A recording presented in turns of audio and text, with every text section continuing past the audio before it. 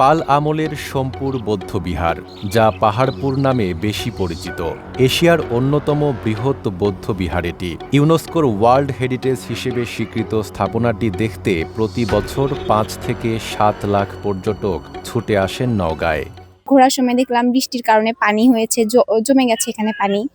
সেটার কারণে আমরা ঠিকভাবে ঘুরতে পারিনি, শুধু এইগুলো এরিয়া দিয়ে ঘুরেছি। এখানে এসে যে খাবারটা খাবে মানুষজন, এই পরিবেশটা নাই। মানে প্লেট নিয়ে দাঁড়িয়ে খেতে হয় সবাইকে, কুকুরগুলো এসে ঘেরাও করে। বর্ষা মৌসুম শেষ হলেও বিহারের চত্বরে জমে থাকা পানি যেন স্থায়ী জলাবদ্ধতায় রূপ নিয়েছে, ফলে বিঘ্নিত হচ্ছে পর্যটকদের চলাচল। জলাবদ্ধতার পাশাপাশি বাড়ছে পথকুকুরের উপদ্রব। ভালো কোনো হোটেল মোটেল বা রেস্তোরাঁ না থাকায় দূর দূরান্ত থেকে আসা ভ্রমণকারীরা পড়ছেন ভোগান্তিতে। সমস্যাগুলো সমাধানে দ্রুত কার্যকর ব্যবস্থা নেওয়ার দাবি জানিয়েছেন এখানে ঘুরতে আসা পর্যটকরা। এখানে যে খাবার দোকানগুলো আছে, ওরা খাবারের এক্সেস রেট রাখতেছে। দেখা যাচ্ছে 25 টাকার খাবার ওরা 40 টাকা বিক্রি করতেছে, মানে ভিতরের যে টেম্পোরারি দোকানগুলো আছে। আর এখানে বাইরেও খাওয়ার তেমন কোনো ভালো হোটেল বা কিছু দেখলাম না। খাওয়ার পর আমরা চারজন করে বিল দিলাম, এক টেবিলে চারজনই বিল দিলাম। কারণ বিল দেওয়ার সময় তারা বলতেছে কি না, ভাজি টাজি এগুলো 15 টাকা করে দেওয়া লাগবে, আর ভাতের দাম বলেছিলাম 20 টাকা, ওরা আবার 25 টাকা করেও চাচ্ছে। তা বললাম ভাই, এটা তো আপনাদের সাথে কন্ট্রাক্ট হয়নি, কন্ট্রাক্ট হয়েছে আমাদের 10 টাকা করে, আর এদিক ভাত 20 টাকা, ডিম 20 টাকা। এই নিয়ে একটু তর্ক বিতর্ক হলো। তারপরে ওরা যেটা বিল করেছে সেই বিলটাই আমরা দিয়ে প্রস্থান করলাম।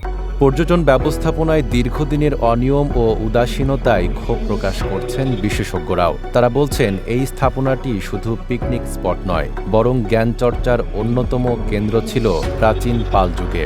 অতীশ দীপঙ্কর সহ বহু অধ্যাপক এখানে জ্ঞান চর্চা করেছেন।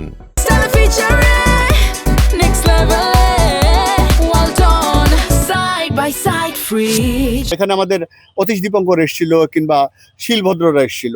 যারা এসেছিল তাদেরকে আসলে গবেষণা করে তাদের পরিচয়টা বের করা, সত্যি সত্যি তারা আসলে এসে কি করছে সেগুলো পরিচয় করা, কিংবা বড় ডিসপ্লে বোর্ডের মাধ্যমে এগুলো পরিচয় করে দেয়া। এই সবকিছু মিলে যদি ব্যবস্থাপনা উন্নত করা যায়, তাহলে সারা পৃথিবী এই সমস্ত জায়গাতে চলে আসবে এবং সেটা একটা অত্যন্ত গুরুত্বপূর্ণ একটা স্পট হবে।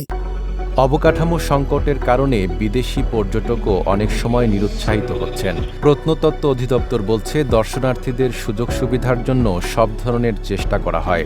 জলাবদ্ধতা নিরসনে পানি উন্নয়ন বোর্ডের সঙ্গে সমন্বয় চলছে। জলাবদ্ধতার বিষয়টা হচ্ছে এটি প্রতি বছরই হয়ে থাকে। বর্ষা মৌসুমে এখানে আমাদের বিহারটি যেহেতু একটু নিচু, এই জায়গায় আসলে পানি জমে। আমরা আমাদের পাম্প মেশিনের মাধ্যমে স্বাভাবিক সময়গুলোতে পাম্প মেশিনের মাধ্যমে পানিটা বের করার চেষ্টা করি।